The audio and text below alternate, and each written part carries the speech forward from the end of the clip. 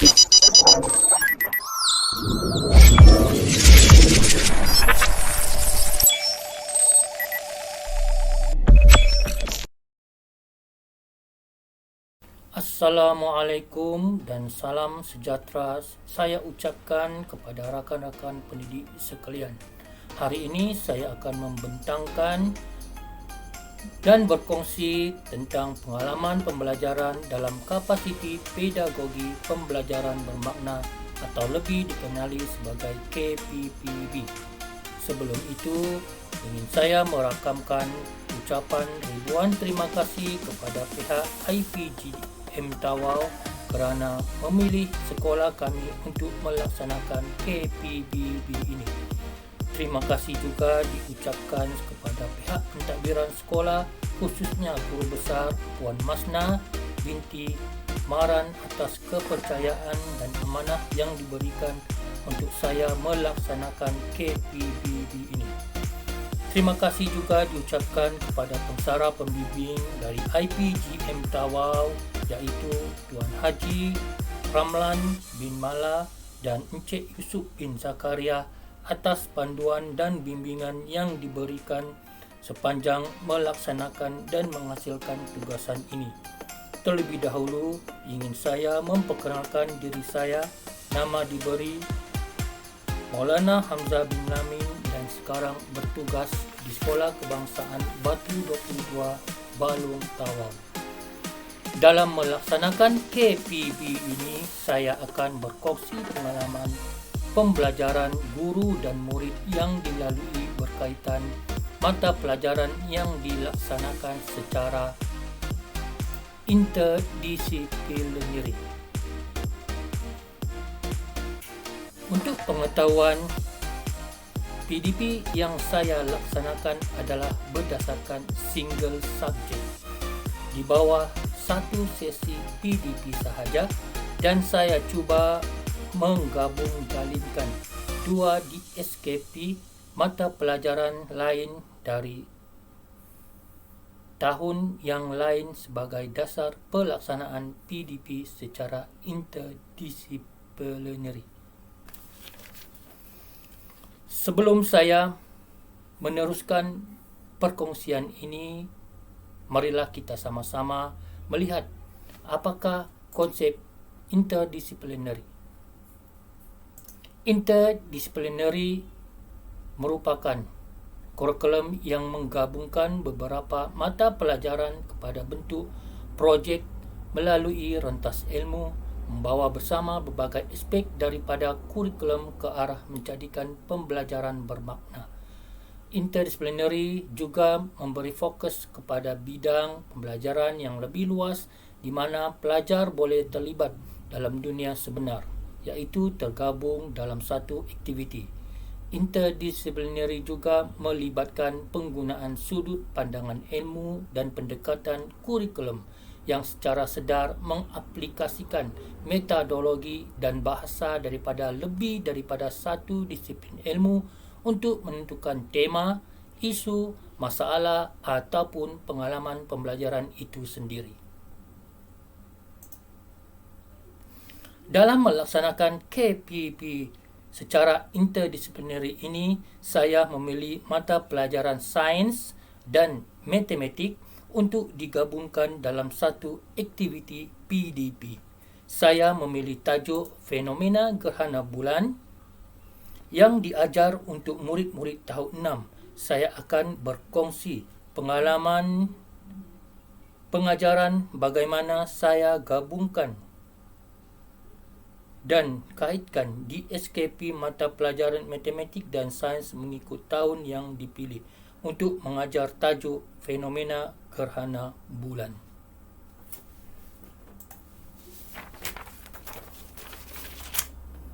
Seterusnya, kita akan melihat bagaimana saya merungkai dan merangkai hasil pembelajaran melalui DSKP mata pelajaran secara interdisipliner. Inilah rangka hasil pelan pembelajaran yang dilaksanakan secara interdisipliner, di mana Tajuk hasil pembelajaran utama adalah daripada mata pelajaran sains tahun 6 iaitu fenomena gerhana bulan. Sementara itu, saya kaitkan hasil pembelajaran dengan dua mata pelajaran lain di tahun yang berbeza, iaitu matematik tahun 1 dan 2 dan juga sains tahun 5. Dalam merungkai hasil pembelajaran di kedua-dua mata pelajaran ini, saya dapati ada standard pembelajaran yang boleh dikaitkan atau digabungkan dengan hasil pembelajaran utama untuk dijadikan fokus ataupun big idea dalam melaksanakan PDP secara interdisciplinary. Dalam PDP ini, fokus utama ataupun big idea yang ingin ditonjolkan tentang sifat cahaya. Sifat cahaya ini dinyatakan dalam DSKP tahun 6 di bawah standard pembelajaran 10.1.1,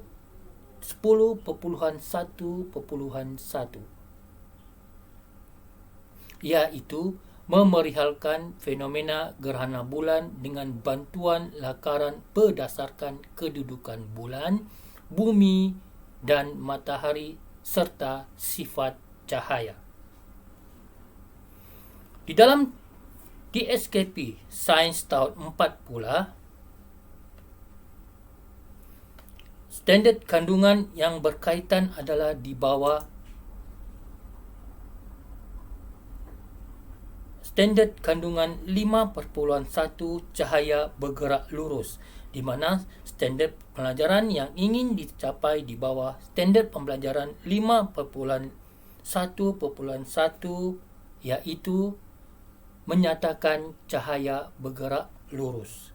Selain itu, hasil pembelajaran PDP ini juga dikaitkan di bawah standard pembelajaran 5.1.2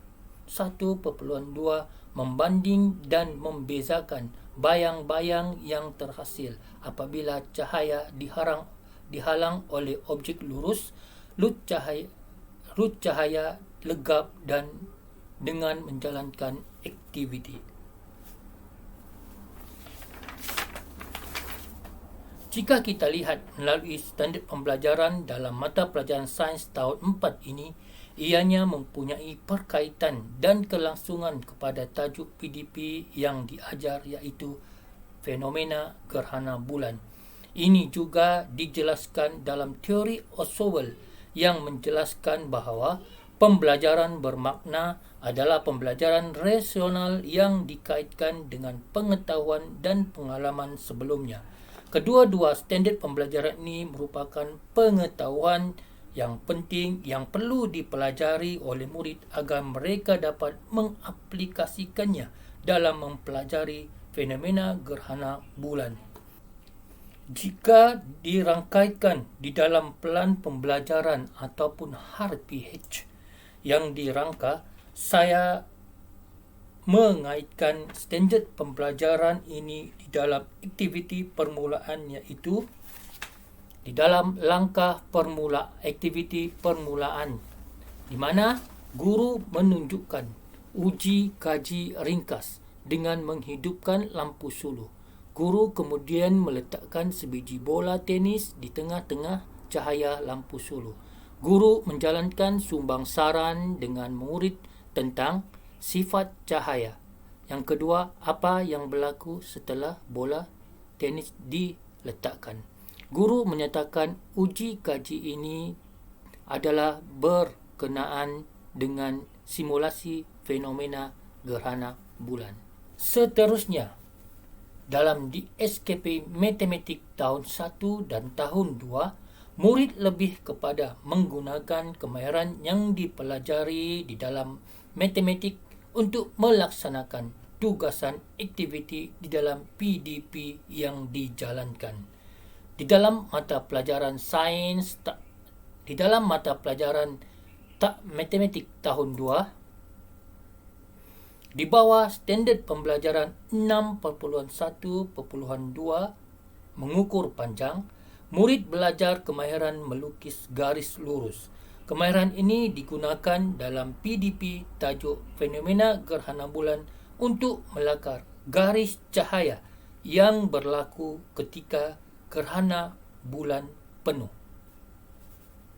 Dalam aktiviti PDP utama, di dalam rancangan pembelajaran, di bawah langkah 3.2, berdasarkan kad arahan yang diberikan kepada murid secara berkumpulan, murid melakar gambar raja fenomena gerhana bulan. Inilah dia hasil yang boleh kita lihat daripada kerja murid. Ini adalah panduan arahan tugasan untuk aktiviti melakar fenomena gerhana bulan, dan ini adalah hasil lakaran pelajar menggunakan garis lurus untuk melukis garis cahaya ketika berlakunya gerhana bulan penuh. Sementara itu, dalam DSKP Matematik tahun 1 di bawah standard pembelajaran 7.1.1 menamakan bentuk kuboid, kubus, kon, piramid dan tapak segi empat sama, silinder dan sfera. Melalui aktiviti penghasilan ini, murid dapat menghasilkan model. Murid perlu tahu dan membentuk objek berbentuk sfera seperti bumi dan bulan. Selain itu, di bawah standard pembelajaran 7.1.3 dalam PDP fenomena gerhana bulan ini, murid dapat menyusun kedudukan bulan, bumi, matahari semasa gerhana bulan dan gerhana matahari dengan betul. Dalam aktiviti utama dalam plan pembelajaran rancangan pengajaran harian,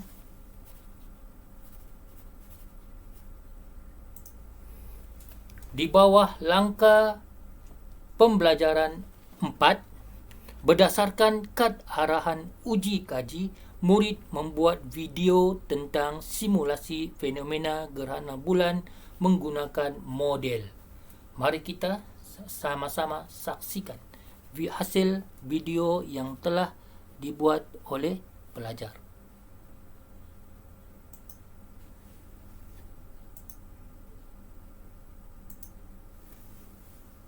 Assalamualaikum warahmatullahi wabarakatuh, dan salam sejahtera kawan-kawan. Nama saya Muhammad Fikri Tizam bin Jambari. Pada hari ini saya akan membuat uji kaji tentang simulasi gerhana bulan. Tujuan saya membuat uji kaji ini adalah memahami gerhana bulan dengan menggunakan model simulasi gerhana. Cara bahan-bahan untuk membuat simulasi ini adalah gerhana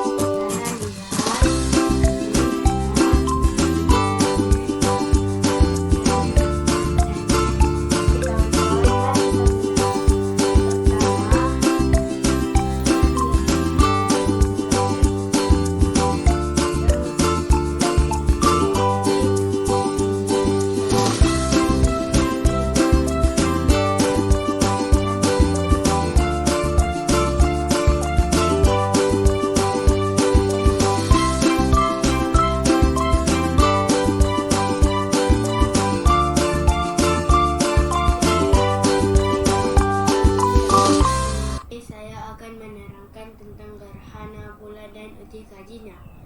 Gerhana bulan hanya akan berlaku pada waktu malam saja, kerana pada waktu siang bulan tidak mampu melawan cahaya matahari. Kedua, gerhana bulan kajinya. Gerhana bulan hanya akan berlaku pada waktu malam saja, kerana pada waktu siang bulan tidak mampu melawan cahaya matahari. Kedua, gerhana bulan akan berlaku apabila fasa bulan berada dalam fasa bulan purnama. Tempo gerhana bulan biasanya lebih panjang berbanding matahari. Di sini saya akan menggunakan lampu solo menggantikan sebagai cahaya matahari. Saya akan memusingkan cardboard untuk menerangkan bagaimana gerhana bulan terjadi.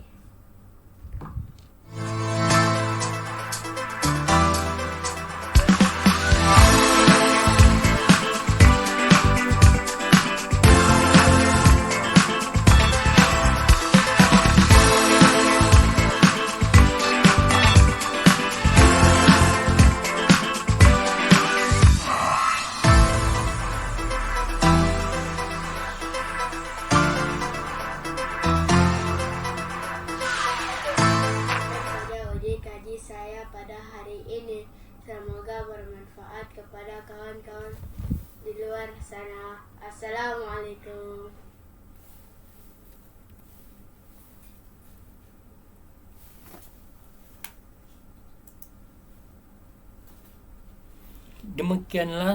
Begitulah tadi hasil pembelajaran yang dibuat secara interdisciplinary.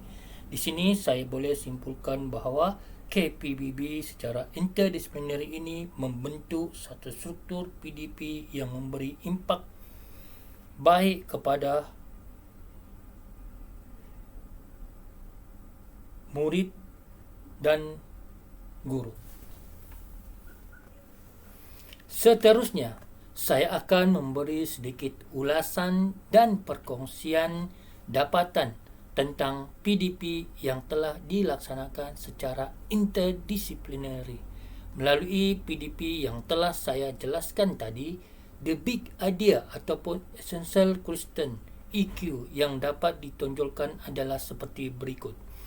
Big idea dalam PDP ini ialah sifat cahaya. Big idea ini dapat membantu murid memahami isu dan tajuk pelajaran yang diajar dengan mengaitkan apa tajuk dan isi pelajaran yang telah diajar pada masa-masa yang lalu. EQ pula dapat membantu murid merungkai isi ataupun tajuk pelajaran. Contohnya dalam big idea sifat cahaya ini, EQ yang dapat ditonjolkan adalah seperti berikut. Yang pertama, bagaimana melukis garis lurus. Yang kedua, apa sifat cahaya yang terlibat. Yang ketiga, apa istilah yang digunakan ketika bulan, bumi dan matahari berada dalam satu garis lurus. Dan yang keempat, apa berlaku jika gerhana tidak berlaku dalam satu garis lurus.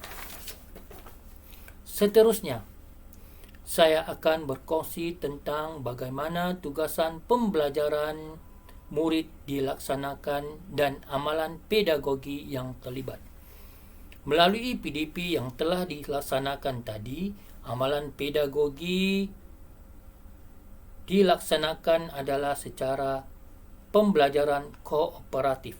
Murid menjalankan sumbangsaran dan perbincangan bersama guru tentang fenomena gerhana bulan. Selain itu, kolaboratif secara berkumpulan juga dijalankan untuk melaksanakan aktiviti melakar dan menghasilkan video. Semua ini dilakukan secara maya melalui aplikasi WhatsApp. Selain itu, pembelajaran berasaskan projek dilaksanakan dalam PDP ini. Dalam PDP ini terdapat 3 elemen yang diterapkan, iaitu melakar, membuat model dan menghasilkan video. Tuan-tuan dan puan-puan dan rakan-rakan guru sekalian, seterusnya saya akan berkongsi tentang perkaitan 6C dengan tugasan yang diberikan sepanjang PDP berlangsung.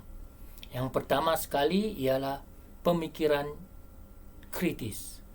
Di dalam pemikiran kritis, berdasarkan model yang dihasilkan, murid membincangkan kesan gerhana bulan kepada kehidupan. Yang kedua, kreatif. Murid mengakses aplikasi yang sesuai dan menarik bagi menghasilkan video yang kreatif. Yang ketiga, communication ataupun komunikasi. Murid berupaya mengubah suai dan menambah baik mengikut kesesuaian pelbagai audiens tempatan dan global. Yang keempat, sahsia ataupun karakter. Murid berasa yakin dan bersemangat untuk menyampaikan sesuatu bidang ilmu untuk maklumat sejagat. Yang kelima, citizenship ataupun kewarganegaraan. Murid mula menyedari bahawa fenomena alam yang berlaku memberi kesan kepada perubahan alami. Dan yang terakhir sekali, yang terakhir adalah kolaboratif. Murid bekerjasama dengan komuniti keluarga untuk menghasilkan video dengan bimbingan guru. Dalam melaksanakan KPB ini, terdapat dua model KPPB yang terlibat yang boleh digunakan untuk melaksanakan pembelajaran, iaitu model pembelajaran murid MPM dan model reka bentuk pembelajaran MRBP.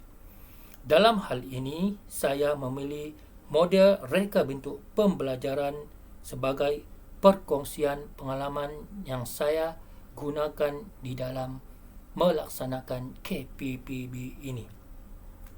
Seperti yang kita sedia maklum, di dalam KPPB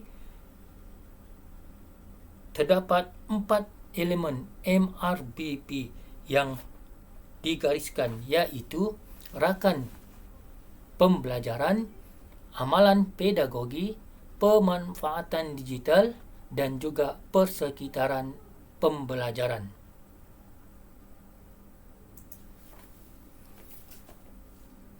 Kita lihat dari segi rakan pembelajaran. Kenapa perlu rakan pembelajaran? Rakan pembelajaran merupakan penggerak atau pendorong pembelajaran. Siapa yang terlibat? Guru, rakan sekelas, dan juga komuniti keluarga. Bagaimana rakan pembelajaran ini berfungsi? Yang pertama, guru menetapkan hasil pembelajaran yang hendak dicapai. Yang kedua, menetapkan struktur perhubungan melalui WhatsApp sebagai media komunikasi. Yang ketiga, murid dan komuniti keluarga bekerjasama dalam menyampaikan model simulasi, membuat rakaman, dan seterusnya menghasilkan video. Elemen yang kedua, persekitaran pembelajaran. Kenapa perlunya persekitaran pembelajaran? Ini kerana untuk menyediakan persekitaran pembelajaran yang interaktif dan berpusatkan murid. Siapa yang terlibat? Guru dan komuniti keluarga. Bagaimana persekitaran pembelajaran ini berfungsi? Yang pertama, murid bekerjasama dengan guru dan komuniti keluarga untuk membantu menyelesaikan tugasan. Yang kedua, guru dan komuniti keluarga perlu membina iklim dan budaya pembelajaran pada bila-bila masa dan di mana sahaja berada. Yang ketiga, guru menggunakan strategi untuk membina perkongsian bersama murid dan komuniti keluarga. Elemen yang ketiga ialah amalan pedagogi. Kenapa perlunya amalan pedagogi? Ini kerana amalan pedagogi memberi ruang dan peluang kepada murid untuk membuat pilihan bagi penglibatan dan motivasi dalam proses pembelajaran. Siapa yang terlibat? Murid dan juga guru. Bagaimana ianya berfungsi? Yang pertama, guru perlu mereka bentuk tugasan dan pembelajaran menggunakan model yang terbukti berkesan melalui penyelidikan. Yang kedua, guru melibatkan murid dalam refleksikan diri dan menerima maklum balas yang menggalakkan proses metakonektif. Ketiga, guru menggunakan pelbagai strategi pentaksiran dan maklum balas. Dan elemen yang keempat iaitu pemanfaatan digital. Kenapa perlunya pemanfaatan digital? Ini kerana pemanfaatan digital adalah kerana pemanfaatan digital menggunakan kemudahan digital dan meningkatkan motivasi. Siapa yang perlu menggunakan pemanfaatan digital? Guru, komuniti keluarga dan juga murid. Dan bagaimana komuniti digital ini berfungsi? Yang pertama, murid menggunakan pelbagai peralatan dalam proses menghasilkan model, simulasi dan seterusnya menggunakan peralatan digital untuk menghasilkan rakaman fenomena gerhana bulan. Yang kedua, menggalakkan murid menghasilkan video yang kreatif. Yang ketiga, menggunakan strategi berpusatkan murid dan komuniti keluarga untuk menghasilkan model dan video. Dan yang terakhir sekali ialah berkomunikasi secara maya untuk menyampaikan pembelajaran dan maklumat. Elemen-elemen ini digunakan bagi menghasilkan pembelajaran bermakna yang mampu memberi impak yang baik kepada murid. Rakan-rakan pendidik sekalian, seterusnya saya akan kongsikan rumusan yang dibuat tentang aktiviti pemanfaatan digital yang digunakan sepanjang menjalankan KPPB ini. Sepanjang menjalankan tugasan ini, saya menggunakan kerangka model 3E, iaitu engagement, iaitu keterlibatan, enhancement, peningkatan, dan yang ketiga extension, lanjutan. Yang pertama, dari aspek engagement, iaitu keterlibatan, teknologi membolehkan pelajar memberikan tumpuan kepada tugasan ataupun matlamat dengan kurang gangguan.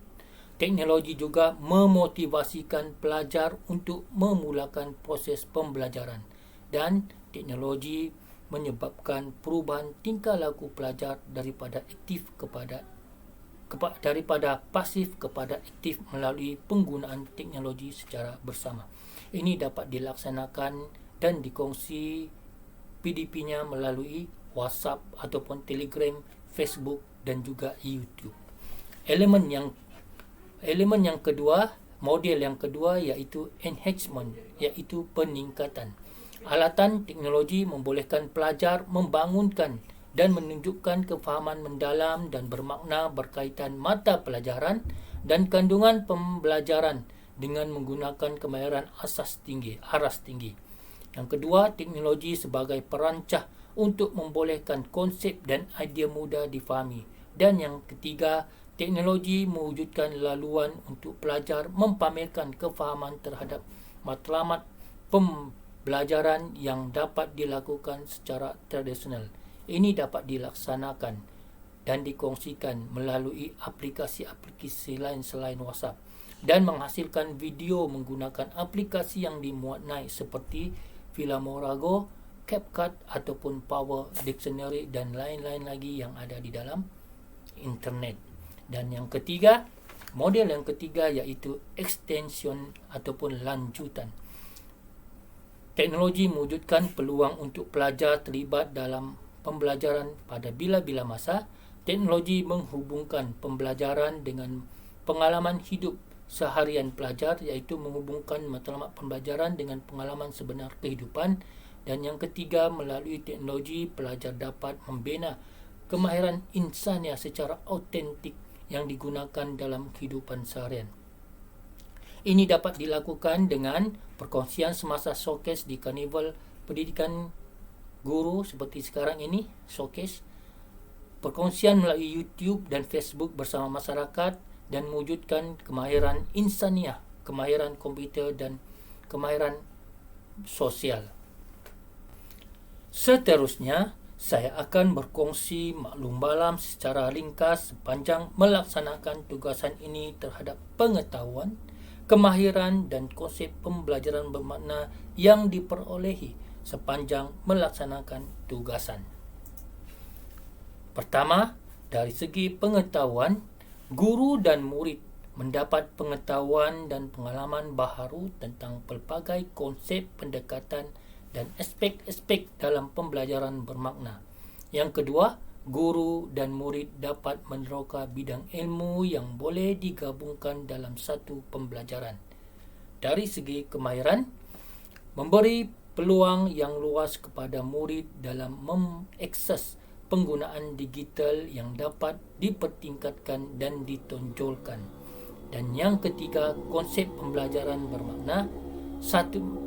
Konsep pembelajaran bermakna ini merupakan salah satu sistem yang menggabung jalinkan pengalaman pembelajaran, aspek-aspek pembelajaran, strategi pembelajaran, kompetensi pembelajaran dan model pembelajaran bagi menyasarkan satu pembelajaran yang bermakna kepada pelajar.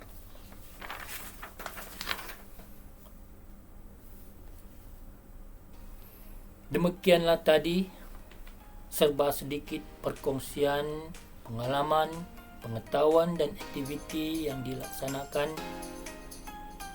sepanjang melengkapi proses tugasan KPPB ini. Saya memohon maaf sekiranya sepanjang tugasan dan penyampaian yang dibuat oleh saya ada kesilapan dan kekurangan. Setinggi-tinggi penghargaan dan terima kasih sekali lagi saya ucapkan kepada pihak IPGM dan pensara pembimbing atas peluang dan ruang yang diberikan. Sekalum budi dan terima kasih sekali lagi kepada pihak pentadbiran sekolah saya yang sentiasa memberi sokongan dan dorongan untuk menyelesaikan tugasan ini. Tidak lupa juga kepada anak-anak didik sekalian dan ibu bapa yang sentiasa membantu kami sebagai pendidik untuk merealisasikan hasil pembelajaran sepanjang musim pandemik ini. Sebelum mengakhiri perkongsian saya ini, izinkan saya menyampaikan serangkap pantun. Buai laju-laju biar sampai cucur atap, buat KPP ini jitu-jitu biar PDP kita makin mantap. Sekian dan terima kasih.